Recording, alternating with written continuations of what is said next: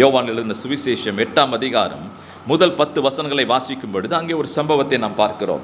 விபச்சாரத்திலே கையும் மெய்யுமாக பிடிக்கப்பட்ட ஒரு பெண் இயேசு கிறிஸ்துவினிடத்திலே கொண்டு வரப்பட்டால், ஆண்டவராகிய இயேசு கிறிஸ்துவை குற்றப்படுத்தும்படிக்கு, இயேசு கிறிஸ்து எப்படிப்பட்டவர் என்று சோதிக்கும்படிக்கு அவர்கள் மோசேயின் நியாய பிரமாணத்தை குறித்து சொல்லுகிறார்கள். மோசேயின் நியாய பிரமாணத்தின்படி இந்த பெண் கல்லெறிந்து கொல்லப்பட வேண்டும். ஆனால் வேதம் சொல்லுகிறது, ஆண்டவராகிய இயேசு கிறிஸ்துவோ அவர்களுக்கு பதில் சொல்லாமல் அவர் குனிந்து விரலினால் தரையிலே எழுதினார். வேதம் சொல்லுகிறது, அவர்கள் ஓயாமல் கேட்டுக்கொண்டிருந்தார்கள். மறுபடியும் இயேசு கிறிஸ்துவை கேள்வி கேட்டுக்கொண்டே இருந்தார்கள். உங்களில் பாவம் செய்யாதவன் முதல் கல்லை எறியட்டும் என்று சொல்லிவிட்டு மறுபடியும் குனிந்து தரையிலே எழுதினார். அதை வாசிக்கும் பொழுது எனக்குள்ள ஒரு கேள்வி வரும். இந்த நிலையிலே ஆண்டவராகிய இயேசு கிறிஸ்து குனிந்து விரலினால் தரையிலே என்ன எழுதியிருப்பார்? ரெண்டும் முக்கியமான காரியம். ஒன்று, ஒரு பக்கம் மோசேயின் நியாய பிரமாணத்தை குறித்து பேசுகிறார்கள், மறுபக்கம் ஒரு பெண்ணுடைய உயிர் இப்பொழுது ஆபத்தில் இருக்கிறது. ஆனால் இயேசு கிறிஸ்துவோ விரலினால் தரையிலே எழுதினார். ஒரு நாளிலே பரிசுத்த ஆவியானவர் கிருபையாக என்னுடைய மனதிலே பேசினார். பரிசுத்த ஆவியானவர் சொன்னார், கொலோசியருக்கு எழுதின நிருபம் 2ஆம் அதிகாரம் 14-15 ஆகிய வசனங்களை வாசித்துப்பார் என்று. நமக்கு எதிரடையாகவும் கட்டளைகளால் நமக்கு விரோதமாகவும் இருந்த கையெழுத்தை குலைத்து அதை நடுவில் இராதபடிக்கு எடுத்து சிலுவையின் மேல் ஆணி அடித்து துரைத்தனங்களையும் அதிகாரங்களையும் உரிந்து கொண்டு வெளியரங்கமான கோலமாக்கி அவைகளின் மேல் சிலுவையிலே வெற்றி சிறந்தார். ஹல்லேலூயா. ஒரு பக்கம் மோசேயின் நியாய பிரமாணம், மறுபக்கம் பாவம். ஆனால் வேதம் சொல்லுகிறது, அருள்நாதர் இயேசு கிறிஸ்து பூமிக்கு இறங்கி வந்து சிலுவை பரியந்தம் தம்மை தாழ்த்தி ரத்தம் சிந்தி மரித்து உயிர்த்தெழுந்தவர்.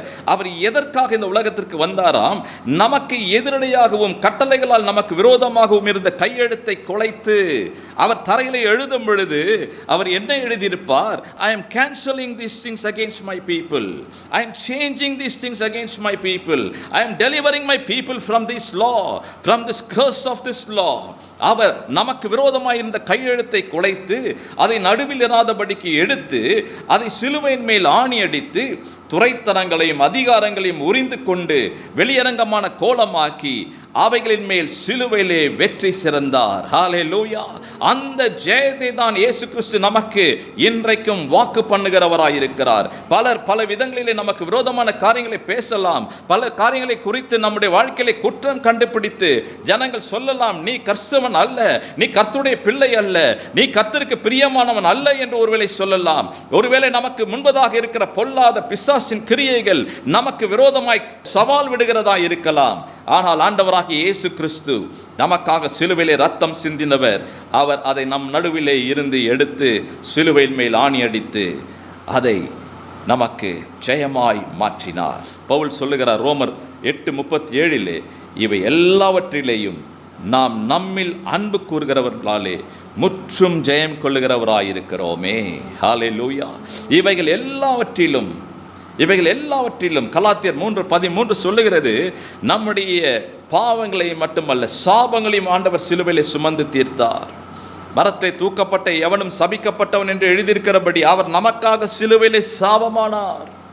பலர் சொல்லலாம், இது உன்னுடைய வாழ்க்கையிலே சாபம் என்று. ஆனால் வேதம் சொல்லுகிறது, அவர் நம்முடைய சாபங்களை சிலுவையிலே சுமந்து தீர்த்தார்.